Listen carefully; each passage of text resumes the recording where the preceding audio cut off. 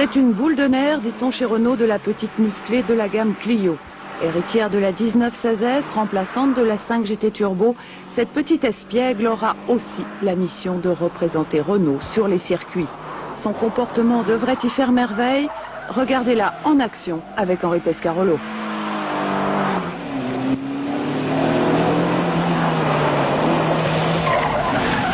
Après quelques tours du circuit routier de Montlhéry et aussi quelques centaines de kilomètres sur la route, là je dis vraiment bravo Renault.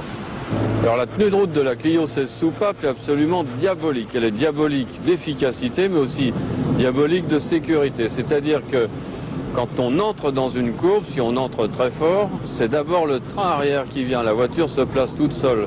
On a même à la limite l'impression qu'elle va partir en tête à queue. Mais aussitôt, on s'aperçoit que le train avant est complètement soudé et que la voiture s'équilibre à ce moment-là.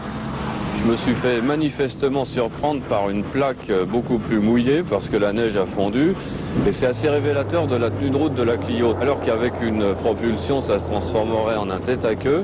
Dans la Clio, au contraire, la voiture se stabilise en appui sur les 4 roues au milieu du virage. Il suffit de continuer à accélérer et l'équilibre se rétablit. Et les performances? Alors les performances de la Clio 16 soupape, bon, on s'attendait à ce qu'elles soient tout à fait exceptionnelles parce que le moteur on le connaît, c'est le 16 soupape qui est déjà dans la Renault 19, qui fait près de 140 chevaux. Et il a 100 kg de moins à traîner. Donc ça donne des performances étonnantes, c'est-à-dire que la voiture roule à 208 km/h, qu'elle fait le kilomètre départ arrêté en 29 secondes 4 dixièmes, c'est-à-dire que dans la catégorie, ça va devenir une référence. Ni trop petite, ni trop grande, cette Clio vise en plein la cible GTI. Et pour bien faire ressortir son dynamisme, Renault lui a concocté un look particulier à base d'éléments spécifiques. Le plus spectaculaire et innovant, ce sont les ailes en plastique. Plus précisément du Noryl GTX de 2 mm d'épaisseur, un matériau ultra léger qui en outre supporte sans laisser de traces les petits chocs urbains.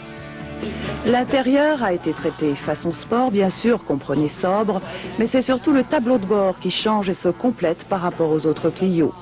Le moteur, eh bien, c'est un 1764 cm3 de 140 chevaux.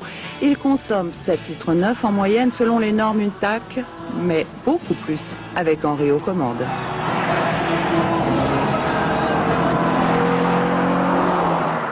Ce que j'ai un petit peu moins aimé dans la Clio 16 soupape, c'est le niveau sonore. Et évidemment, quand on va s'amuser sur une petite route, on en redemande.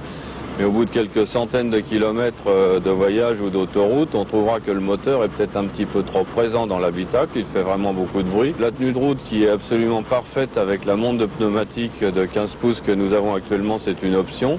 C'est un petit peu dommage, ça devrait être systématique dans la voiture.